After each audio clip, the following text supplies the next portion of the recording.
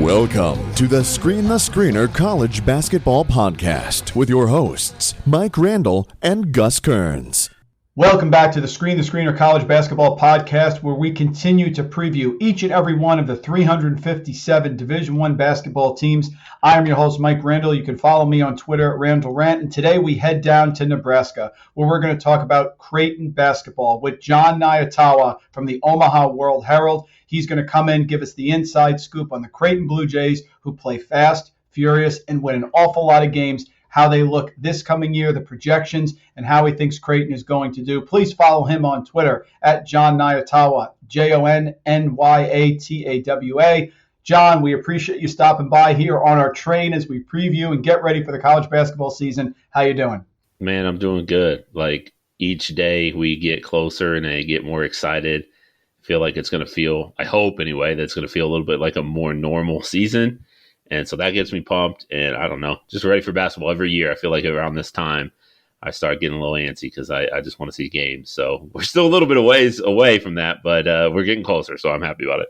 And listen, Creighton has been a national team that has national appeal here coming out of Nebraska, and they are coming off, John, a fantastic season. Saw them go 22-9 overall at the end. They earned a 5 seed in the tournament, played so well in the Big East Conference. Talk about Creighton this past year. They seemed to navigate COVID pretty well. Some teams did, some teams didn't. So just give us a recap of this past season and how everything went in what was probably the most bizarre year the Blue Jays are going to have in quite some time. Yeah, I mean, it was tough, and I don't think any player or coach would sugarcoat that for you. Like, I think that there were a lot of challenging moments, and obviously at Creighton in particular, it was a tough year, but they got to the finish line intact, and they were able to make a run in the NCAA tournament, which was their goal all along.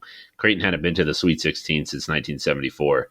So everyone who was involved with the program over the last few years has it's kind of risen and ascended within the national hierarchy in the sport. Like, that's been a talking point. It's been a goal. So these guys came here with that in mind and hoping and working toward that, and they got there. So I think ultimately, no matter what they had to go through to get there, I think they were pretty pleased and they could feel gratified afterward. The players could that they got there. So yeah, they were in the top 25 all year. That never happened in program history. They were in contention for a Big East championship, lost out on that, but they made that NCAA tournament run, and that's kind of what mattered the most to that group, a veteran group of guys that played a lot of basketball together and made it fun to watch because as Creighton is known for its space and pace and pushing tempo and putting up points and sharing the basketball. They played really well together for 2 years, really.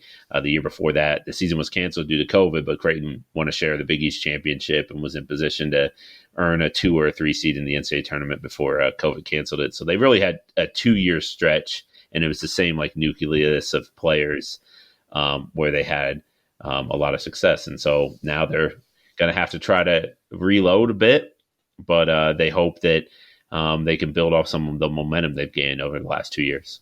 What I'm always impressed, John, with Creighton is they have such a team feel. They really do work together. I have to ask you about this. Of course, not only did they battle COVID, but they battled some of the issues that occurred off the court, like the issue with Coach McDermott there where he was suspended. The team rallied. They came back together. They beat UC Santa Barbara in a really close game in the tournament. They then beat an Ohio team that was absolutely a pain to the teams they were played, did well there. And then they tried to hang with Gonzaga, which for the most part was the best team in the country for almost the entire season. Was there any fallout from that? I mean, it seemed, we're here in New Jersey, that they got through it. They recovered. You know, obviously, Coach apologized for his comments, but they seemed to move past that. Was that the case? Because on the outside, that could have derailed a lot of seasons. It really could have. Yeah. Greg McDermott, it was after a loss to Xavier at the end of February, compared his program to a plantation during comments made in the locker room to his team. And what was the fallout? It was difficult for everyone involved, all the players and coaches. They just had to have a lot of tough conversations, I think. Mm-hmm. And it was an emotional time, and the players were certainly hurt by it. They expressed that, and Coach McDermott also expressed that was kind of, what hit him and maybe, hit his heart the most was just seeing the pain in his players' eyes once he realized, how what they'd heard and how they perceived it. And so, they had to really come together as a group. And I talking to a few of the leaders after they made it to the Sweet 16, it seemed like one of the things that they talked about together as a team was like, we'd worked this is a group of seniors and juniors, guys that have been together for, like I said, 2 or 3 years. And their thought was like, we don't want it to end with this being the story. What happened to the 2021 Jays? Well, the McDermott comments, like they didn't want that to be tied to their legacy. They wanted to make all that work that they had put in mean something. And so they kind of, it feels weird to say compartmentalized, but it kind of feels like that's what they did. I don't know if any of those guys used that word in particular, but like they sort of said, like, we're going to deal with the, this relationship that we have with Coach McDermott needs work. And we have to find a way to come together and work with him and understand what steps need to be taken forward so we can grow.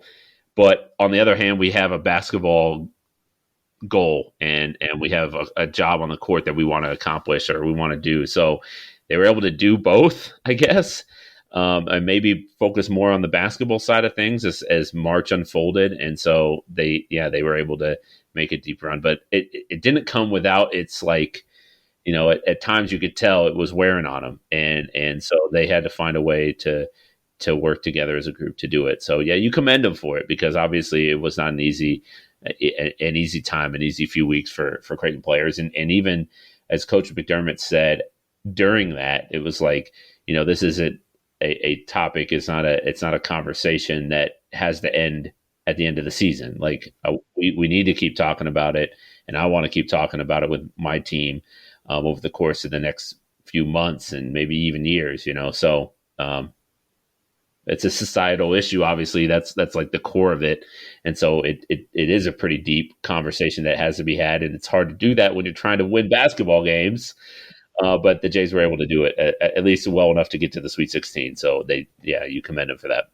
Absolutely. And they lose their top 5 scorers from last season. And that's a lot of veteran leadership, a team that was able, like you said, to come together and say that they don't want this particular incident, albeit terrible, to define what they've done. And if you look at their on the court actions, this team has won 20 games every single year since 2014, 2015. It's been quite a run for Creighton. And before we get to the new kids coming in, which are substantial, let's talk about the players who left. 5 scorers. We're talking about losing 79% of their points, 63% of their rebounds, and 76% of their assists from last year. It was a special group, John, for the Blue Jays. Yeah, you said it. The production kind of speaks for itself, and they were really good leaders, as we've kind of discussed. Marcus Zagorowski was a junior. He left for the pros and got drafted. 3 seniors, Mitch Ballock, Denzel Mahoney, Damian Jefferson, were really important pieces to what Creighton wanted to do, recruited specifically to play that system, and they thrived in it. And then Christian Bishop transferred to Texas. He was kind of their small ball 5, undersized big man, but really versatile. Like he could hold his own inside, but he also was a matchup nightmare because of what he could do. Ball handling on the perimeter, they could play a little 5-out offense with him. And even in one-on-one post-up situations, he was pretty deadly. He ran the floor really well, improved his ability to protect the rim. So they'll miss all those guys. And it is a complete sort of reconfiguration from a personnel standpoint for Creighton going into next season. It's why a lot of people don't expect a lot of the Jays. And why would you? Because it's just so many unknowns and uncertainties. And this team, this program, when it's been at its best, a lot of times one of the sort of like defining traits of those teams has been continuity and experience. And so they're not going to have either of those things this year. And so it'll be interesting to see how they work together and how they find a way to get wins, because it's going to be almost a brand new rotation. Yeah, they return a couple veterans here. We're talking about Ryan Kaufbrenner. He's the returning scorer and rebounder. Sharif Mitchell appeared in 30 games, but only a small contribution. And I guess Alex O'Connell, who didn't come in and make as big an impact as maybe people thought, that's a decent group, but I think really, John, the major impact is going to come from the freshmen. Per 24/7 Sports, Creighton has the #1 recruiting class coming in the Big East, #7 overall nationally. So what Greg McDermott has been able to do is he certainly has a style. It's exciting. It's a brand in Creighton. And you have some players returning, those veterans who I think will provide leadership, but you really have a great class coming in, freshman class, that I think can make an impact, not only this coming year, later in the year when they gel, but also in the immediate future, next couple of years.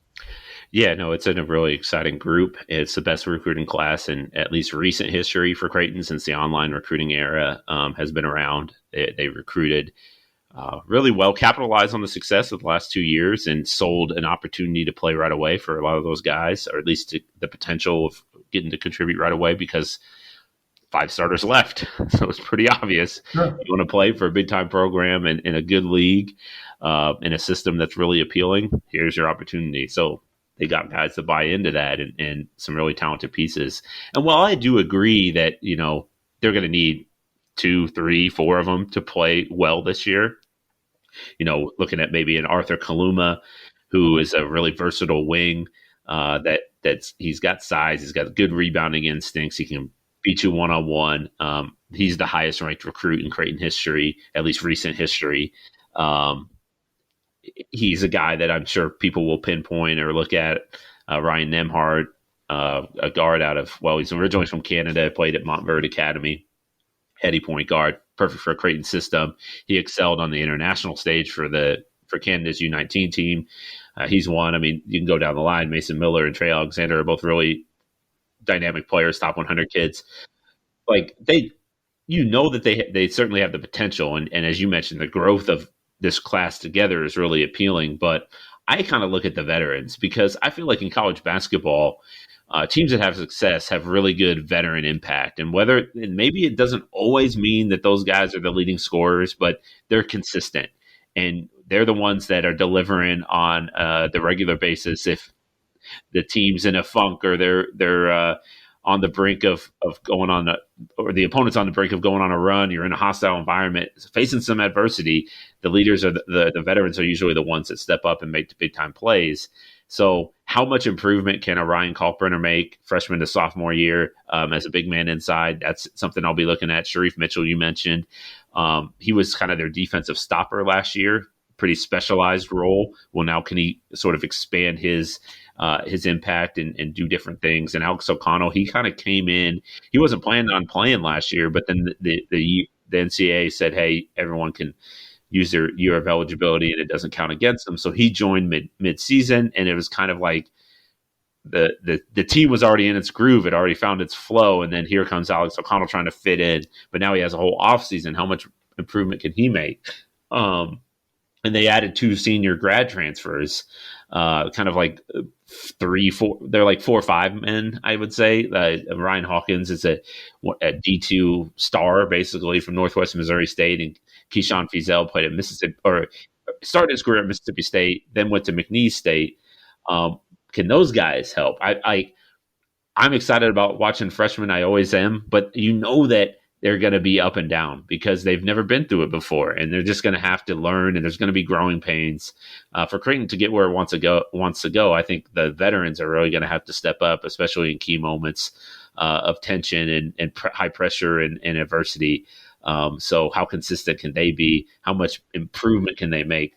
We don't know. You never know from a year-to-year standpoint for some of these players. So especially a guy like Ryan Kalkbrenner, who, and really all of them, they just played so sparingly that now they're in a featured role. Maybe they could take a big jump. So we'll see. You know what I noticed, John, and this is a credit to the Creighton program.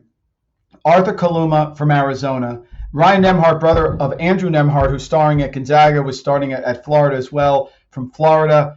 Mason Miller, Tennessee, Trey Alexander, Oklahoma, John D. Christophilis from Washington. You talked about Ryan Hawkins. They're recruiting from across the country. And I don't think Creighton is going to be at such a disadvantage of other teams because the transfer portal has brought so many different players to a variety of teams that this element of having players blend and learn the system has to happen across the board. So I think in a normal year, having this many new players with some veterans could be a challenge or disadvantage.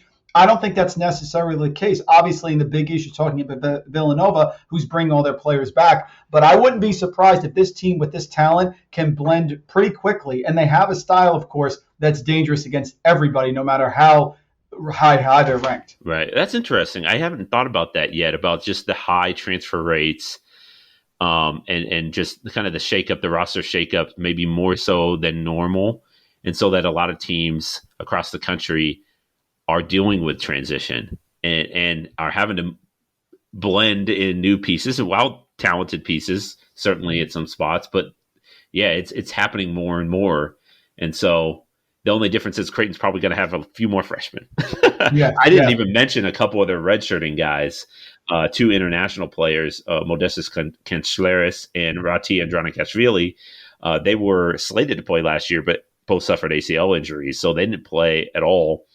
They have a chance to factor into the rotation. I think Rati Andronikashvili it kind of looked like he had impressed enough in training camp last year to where he had, maybe the 9th or 10th man in the rotation potentially his first year, but then he got hurt. So we'll see if they can make an impact. Yeah. But your point about every team having to do some sort of, most teams like Villanova, I mean, it's kind of ridiculous that Villanova's good every year, and then they're like, oh yeah, we'll just all come back. Yeah.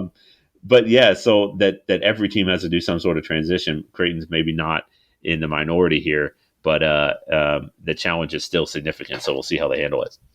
Jon, you're tied in, of course, to everything Creighton. Thoughts on the non-conference? I'm not sure if it's finalized or it's close to being finalized, but we're used to seeing Creighton in some great non-conference games. Last year, that Kansas game was fantastic on Tuesday, December 8th, lost by 1 away. So it was shorter last year, of course, only 5 games before they got into the regular season. But what is Creighton looking at this year with a lot of turnover? What's the non-conference look like for the Blue Jays? Yeah, I'd say it's a little bit easier to navigate, potentially. I mean, we'll see how they handle it and how some of their opponents do. But in the last couple of years, Creighton's really tried to schedule some tough games to challenge itself and prepare for the Big East, but also just from an exposure standpoint. You mentioned Creighton, Kansas. I mean, a lot of people watched that game.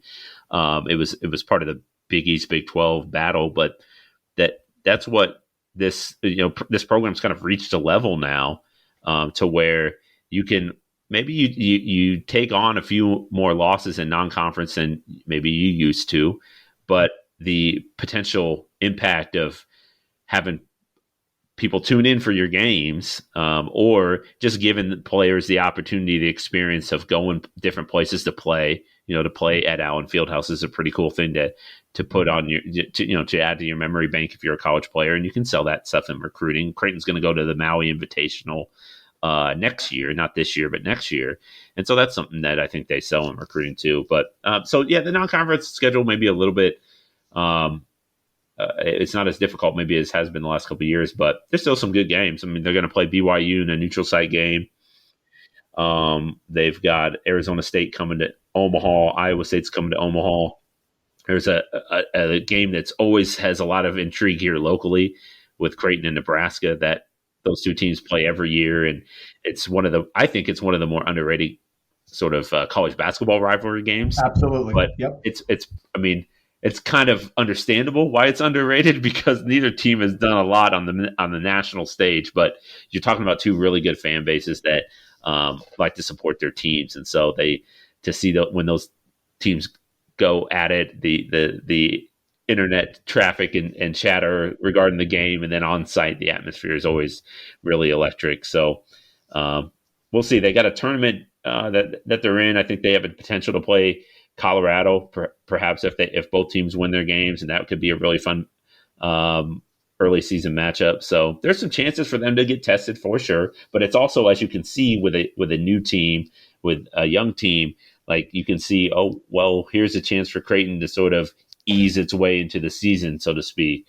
To maybe that there's going to be some moments where they're dealing with growing pains, but maybe they can still work through those and get a win over, I don't know, an Arkansas State versus having to play, somebody a little bit more elite. So we'll see. Again, we'll see. They got to win those games. It doesn't matter who they're playing, but I think it is something that they could use to sort of build their way into the season. And once they get in the Big East play, maybe be better prepared for it. John, we live here at Screen the Screener for some of these under-the-radar rivalries. I just previewed Sacred Heart and Bryant in the NEC. People don't realize how intense that one is. And you're absolutely right. Creighton, Nebraska, I've had the opportunity to watch it several times. That is an intense atmosphere. So it's a great call there. It's something that people have to understand. This is what we live for at college basketball, to have those moments, especially early in the season, because everybody jumps on board during the tournament season. Yeah. But to have that intensity early is fantastic. Listen, you got to get out and experience it, man, because it's like it. I talked to some Creighton fans who went down to the Lincoln a couple of years ago, and they were like, "Wow, this was another level." So that's where they're going to play this year in Lincoln, and Fred Hoiberg's got those guys going. They're going to obviously try to improve, so it should be a lot of fun. By the way, I just wanted to self-correct. They got Arkansas Pine Bluff on the schedule, not Arkansas State. Okay, got it. I don't know if there's any Red Bulls fans listening. Don't worry, you don't have to go to Creighton to play. Pine Bluff's coming up here. So, listen, if I hit the lottery, we're going on a tour. If I hit the lottery, going on a tour, all these rivalries across the country. I absolutely have Creighton, Nebraska at the top of the list. I was curious, what else you got on there? What other names come to mind, or what other rivalries? Some of the beauty is finding out these ones that no one knows about. I mean, we had Xavier Cincinnati, of course, is legendary. I mean, even where I went to school, like a Boston College UMass, people don't understand that game can get very, very intense. It's where, you think about it and you say, wait a minute, they just played a football game this past weekend, quarterback got knocked out, all of a sudden the game's close. That's when it really gets special. It's incredible. Listen, man, you've been great. I mean, you gave us so much time, great information. I have to ask you one more, then I'll get you out of here. Sure. Yeah. So what are the Creighton fans looking for this year? Is it pretty much, listen, we've been a dominant program now for several years. We understand it's rebuilding. Maybe they're looking at a semifinal of the Big East tournament. Like, what would be the barometer here where you'd say, you know what, that was a pretty darn good season for the Blue Jays? Well, first and foremost, I think there is a lot of intrigue and optimism just because of, there's some hype. I mean, the recruiting class was a top 10 recruiting class, and we've talked about some of the new pieces. I think I'm guessing that Creighton fans want to have some fun with this group. I mean, there's some really good athletes, some good personalities. I think that they'll be really entertaining to watch, and I think the fans will be. They'll go in with a little bit of understanding, knowing that there might be some moments where you're shaking your head as you leave the arena, like how did they drop that game, or what was so and so thinking on that play. But in the end, I think if they see improvement, like one of the things about Creighton over the years under Greg McDermott is they have gotten better as the year has gone on, those teams. So I think back at the 2018-2019 team, that was a year that some of the guys that left the program this last season, they were freshmen and sophomores. So we're talking 3 years ago. And that team really struggled in close game situations, lost a lot of heartbreakers, was sort of on the brink of, well, what kind of season is it going to be? And they found something at the end, won 5 in a row, nearly worked themselves into the NCAA tournament. Certainly were in the conversation, but they missed out on a bid and had to go to the NIT.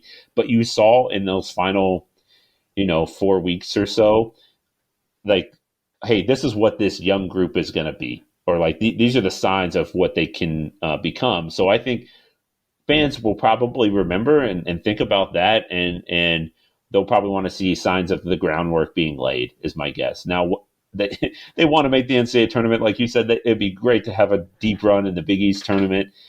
They're fans. Everyone wants to win. The players do too. So I would imagine if you talk to players, like they're not going to settle for that. They don't want to be known as this team that lays the groundwork. They want to win and make a deep run in March. But I think from, just the outside looking in, I would imagine that fans would be pleased just to see some improvement as the year goes on. Some cool dunks, some awesome 3-pointers, and some really exhilarating runs and a couple big wins.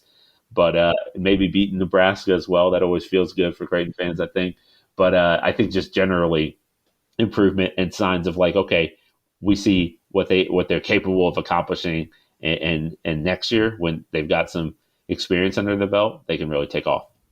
Folks, Creighton has a brand of basketball that's national. It's exciting.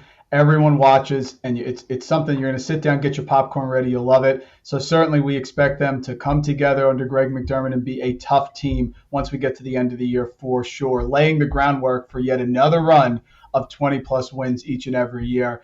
Jon Nyatawa, everyone, Omaha World-Herald. Check him out on Twitter at Jon Nyatawa. Does fantastic work there for Omaha World-Herald. Gave us a few minutes here, more than a few minutes on Creighton. Jon, thank you so much for joining us on our preview train. I don't know what the next stop is, but we're going to keep going, and we love to check back in with you during the season here to see how Creighton's progressing in the Big East. Perfect. Appreciate you having me on. Thank you.